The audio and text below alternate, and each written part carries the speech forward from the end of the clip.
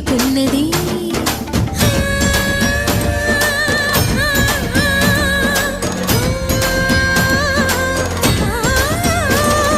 భవుని భువికి తరలించేలా ధరణి దివిని తలపించేలా రసతరంగిణి లీలా ఎదని నృత్యరతులు చేయగలిగే వేళ భరత వేదముగ నిరత నాట్యముగ కదిలిన పదమిది ఈశా